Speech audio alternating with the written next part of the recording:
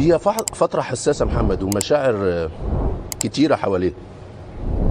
وانا اعتقد ان هو بعد عن مينديز، عشان كده حصل له تخبط كتير.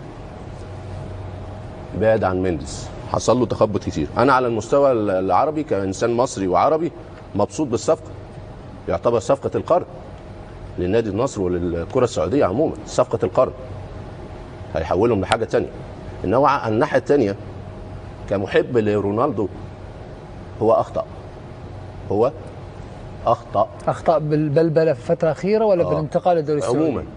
عموما القرارات الأخيرة، بداية من المقابلة اللي خبط فيها في تنهاج وخبط فيها في اليونايتد. بعد عن مينديز أثر عليه. الآن هو بياخد قراراته بالعاطفة وليست بالعقل. بياخد قراراته بالعاطفة وليست بالعقل. بس العاطفة أن تبقى في أوروبا وأن تلعب في تشامبيونز ليج.